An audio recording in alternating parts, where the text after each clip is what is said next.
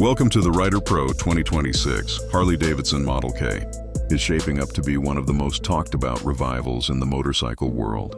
Inspired by Harley's iconic flathead-era machines, the Model K aims to blend old-school soul with modern performance, if the rumors hold true.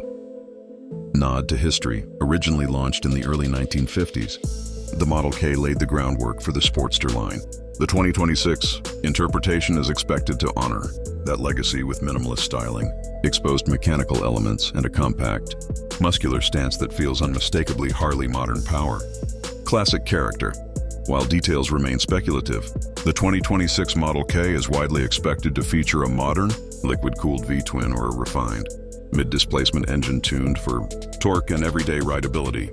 Think smooth power delivery, improved emissions compliance, and a sound that still turns heads. Design and technology.